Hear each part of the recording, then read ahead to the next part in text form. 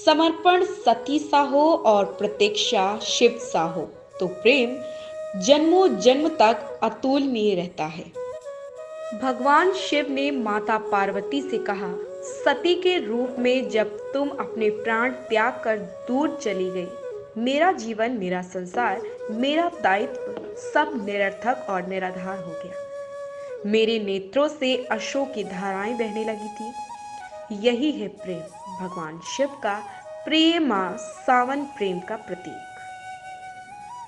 भगवान शिव का प्रेम सावन प्रेम का प्रतीक है। पवित्र श्रावण मास के बीच आज हम आपको भगवान शिव और माता पार्वती की अद्भुत कथा बताने जा रहे हैं।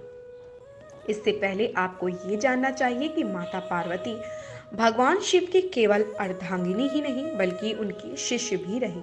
वे नित्य ही अपनी जिज्ञासाओं को शांत करने के लिए महादेव से अलग अलग प्रश्न पूछती और उन पर चर्चा करती थी।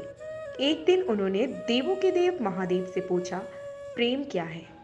प्रेम का रहस्य क्या है? इसका वास्तविक स्वरूप क्या है? इसका भविष्य क्या है? आप तो मेरे गुरु की भूमिका भी निभा रहे, इस प्रेम ज्ञान से अवगत कराना भी तो आप ही का दायित्व है। तो बताइए ना महादेव कि प्रेम क्या है? माता पार्वती द्वारा प्रेम से जुड़े इन तमाम सवालों को सुनने के बाद महादेव ने कहा, प्रेम क्या है या तुम मुझसे पूछ रही हो पार्वती? प्रेम का रहस्य क्या है? प्रेम का स्वरूप क्या है?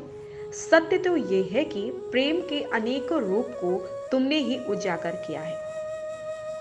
तुमसे ही प्रेम की अनेक अनुभूतियां हुई। तुम्हारे प्रश्न में ही तुम्हारा उत्तर निहित है। भगवान शिव की बातें सुनकर माता पार्वती ने कहा, क्या इन विभिन्न अनुभूतियों की अभिव्यक्ति संभव है? भगवान शिव बोले, सती के रूप में जब तुम अपने प्राण त्याग कर दूर चली गई, मेरा जीवन, मेरा संसार, मेरा दायित्व सब निरर्थक और निराधार हो गया।